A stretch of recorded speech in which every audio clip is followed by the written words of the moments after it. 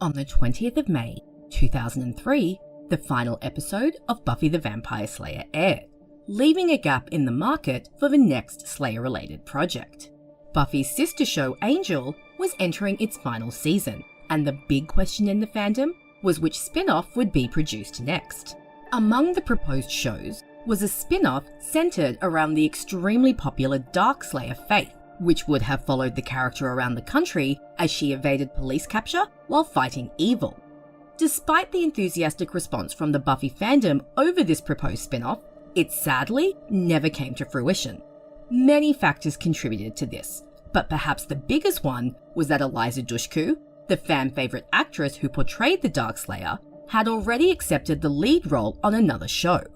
That show was Tru Calling, which premiered on October 30th, 2003 and was sadly cut short 6 episodes into its second season.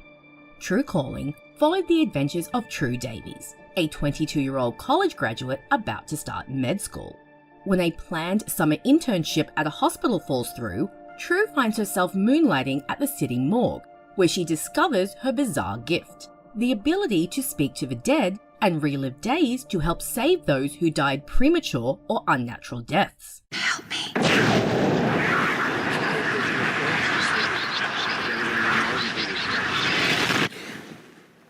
This simple premise set up a promising show and worked well as a Monster of the Week story, with the monster being whatever unnatural mode of death Tru must prevent, as well as weaving a deeper and more complex story into the mix, bringing up themes of fate, choice, and the consequences of tampering with life and death. The initial setup of a corpse asks for Tru's help to stop their death becomes much more complicated as the series progresses, with not all of Tru's cases turning out to be as cut and dry as simply save the person who asked for help. In the second episode of the series, Tru discovers that the dead person who asked for help did so in order to save 2 other lives and not his own. And in episode 4, Tru is confronted with 5 different corpses who are all in body bags when they ask for help, leaving her with not only the mystery of how they died, but who exactly they are, and made even more complicated when she shows up to save them and finds 6 men instead of 5. Another episode sees Tru relive the same day 4 times, with a different person dying on each day, and yet another sees her having to figure out whether the corpse who asked for her help was actually killed by her. Aiding Tru in her quests were an array of colourful supporting characters, many of whom were played by actors who went on to become much more well-known. Notable cast members included AJ Cook, Lizzie Kaplan, Matthew Bomer, and, most notably, a young Zach Galifianakis, pre-Hangover fame, who played Tru's boss/mentor Davis in a much more toned-down role than audiences are now used to seeing him in. Tru's different dynamics were executed to varying degrees. Her best friend Lindsay, played by AJ Cook, had decent chemistry with Tru, but ended up mostly on the sidelines and was eventually written out of the series at the end of the first season. Tru also started the series with 2 siblings and an estranged relationship with her father, which we learn is due to his distance after the death of their mother when they were children. Tru's 2 siblings, younger brother Harrison and older sister Meredith, are both presented with their own unique issues and dynamics with Tru. Meredith is a recovering drug addict who slips up over the season and ends up reaching out to Tru for help, while little brother Harrison is an irresponsible gambler and layabout, but makes up for his shortcomings with his genuine charm and close relationship with Tru, and many fans fell in love with the roguish young character. Meredith's character was not as well received, possibly due to a lack of chemistry with her 2 siblings, or her drug addiction and rehab storyline not being fleshed out enough, and she was quietly written out of the show without any fanfare about halfway through the first season. Meanwhile, Harrison and his relationship with Tru was much better received, with the 2 becoming closer once Tru reveals her secret, and Harrison aiding Tru in many of her quests. In addition to this, Harrison is given a romantic storyline with Tru's best friend Lindsay, and a running gag in season 1 is Tru helping Harrison out of bad spots with Lindsay on rerun days. For the majority of season 1, Tru's best dynamic is with Davis, her boss at the morgue. Davis is a quiet and awkward man who quickly clues in that something is different about his new assistant. I don't think it's a coincidence that there have been fewer deaths since you started working here. Davis becomes Tru's confidant, Girl Friday, and best friend all rolled into one. And it's nice to see Galifianakis in a role that isn't an immature man-child. Davis quickly became a fan favourite, and his relationship with Tru became one of the most loved aspects of the series. What is interesting about the first season of the show is that Tru's dynamics, rather than Tru herself, are what make the series initially work. Tru is not the most intriguing or fleshed out character, at least not initially, and definitely not compared to Dushku's previous role Faith, which many viewers knew her from. While Tru is given a tragic backstory, having witnessed her mother's murder at a young age, and family issues and secrets stemming from this, the first season doesn't delve enough into this angle, and the focus is more on Tru's victims of the week, which leaves little room for character development. There is also an issue with Tru's actions, and the way she's often written into situations which make her seem less intelligent than she should be. Allegedly, this issue got so bad that Eliza Dushku ended up complaining about it and asking for script rewrites, feeling that they often dumb down Tru's character, and using a script example where Tru literally has to ask someone what a map is to illustrate her frustrations. An on-screen example of this dumbed-down writing appears in the episode Haunted, in which Tru poses as a college student at a university that she doesn't attend. Instead of just pretending to be a random student, which most likely wouldn't have raised any alarms, she adopts the identity of a recent transfer student who is also walking around on campus. And, of course, Tru is found out, leading to her almost losing her victim of the week. Luckily, the second half of the season starts to deepen Tru's characterization, and it is once again one of Tru's dynamics which helps with this. In episode 14, we are introduced to Jack Harper, an enigmatic man who takes a job at the morgue and immediately gets on Tru's bad side. Played by Jason Priestley, Jack immediately shook up the series, as the mystery surrounding his character was maintained for several episodes, all while hints about the eventual reveal are dropped. By the time we get to said reveal, it feels earned, and it turns Tru's characterization and mission on their heads. We learn that, similarly to Tru, Jack can relive days, except his mission is the opposite of hers. You save lives and he takes them. Except it's not quite as black and white as that.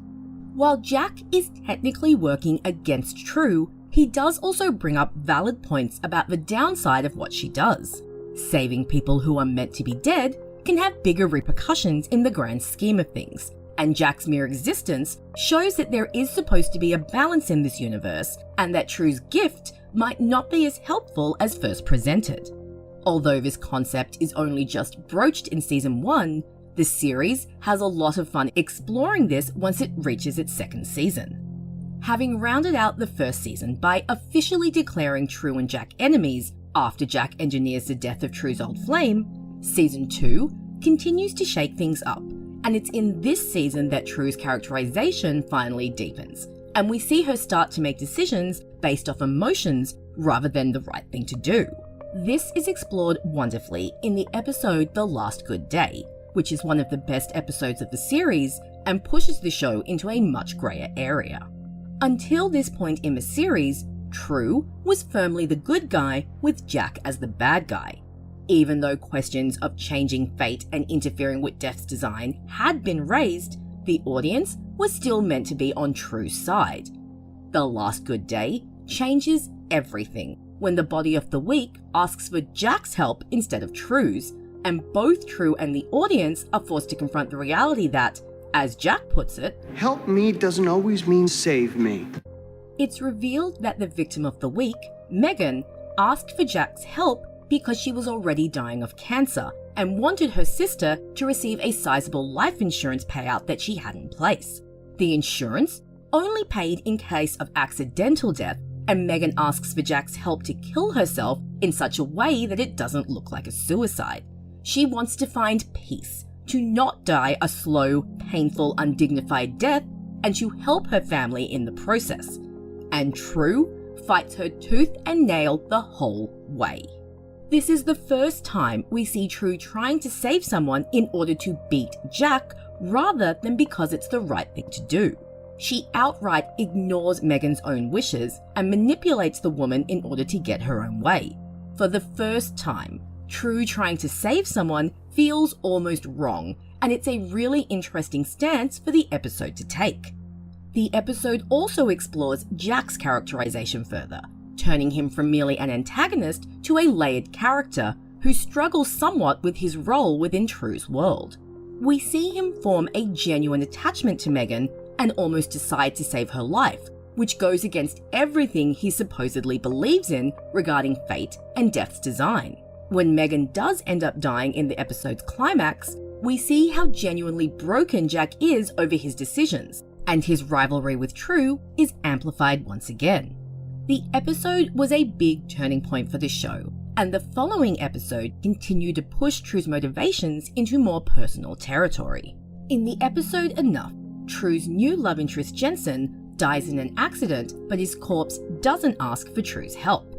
After losing her boyfriend Luke the previous season, Tru is determined to save Jensen and stays awake for over 24 hours to find a body who needs her help. This is the first time in the series that we see Tru save someone who specifically did not ask for her help, and there are interesting repercussions shown from this, and the ideas of meddling with fate and death's design come up again, testing Tru's character and resolve. Jensen's strange after effects of being saved when he wasn't supposed to be continued, showing that Tru has actually crossed a line and made the wrong choice in saving him. Episode 6 of Season 2 not only continues to explore these after effects, it once again shakes up the series' formula by having a medical cadaver who has been dead for months ask for Tru's help. That's why I wanted to come here and talk to you first. I mean, it's pretty clear I didn't rewind to 6 months ago, so why would a body that's still dead ask for my help?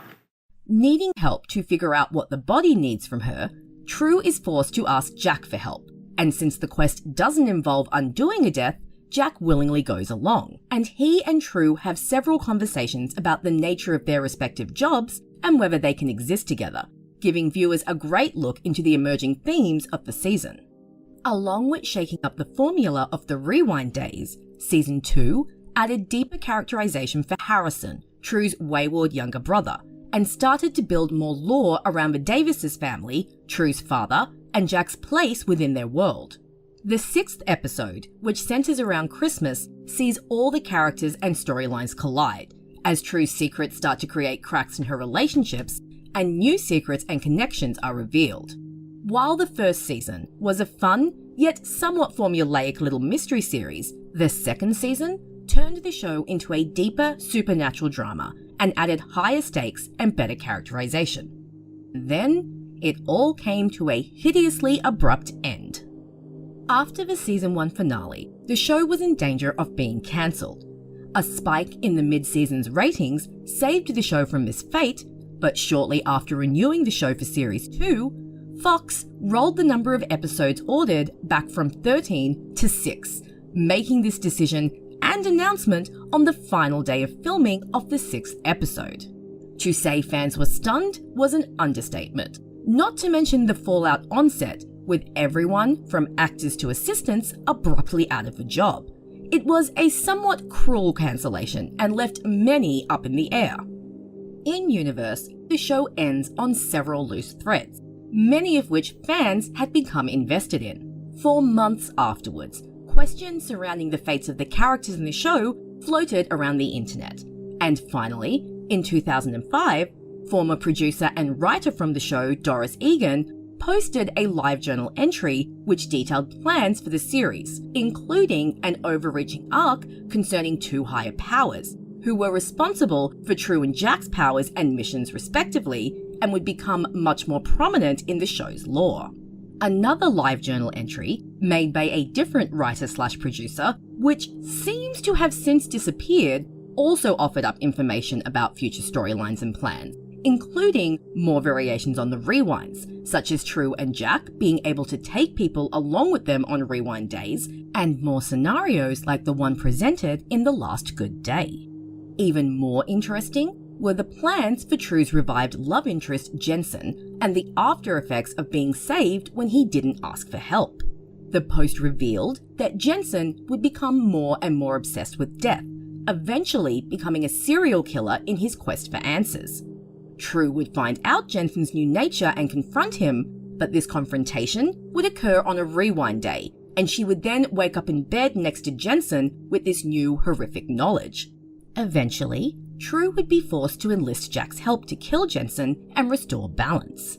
Honestly, the disappointment I still feel over missing this storyline is huge, and I feel that had it been given the chance to continue, the series really could have developed into a much richer, deeper, and more complex show, and the planned ending would have seen the series go out on a high, as the final scenes of the series would have seen Jack die in an accident, and the last shot would be his corpse asking for Tru's help. As it was, the series ended without any resolution, leaving everyone involved and the entire audience up in the air. While it seems unlikely that we will ever see a proper conclusion to the series, we do also live in an era of remakes, reboots, and nostalgia, so who knows? Maybe one day we will once again hear the familiar line, "Help me."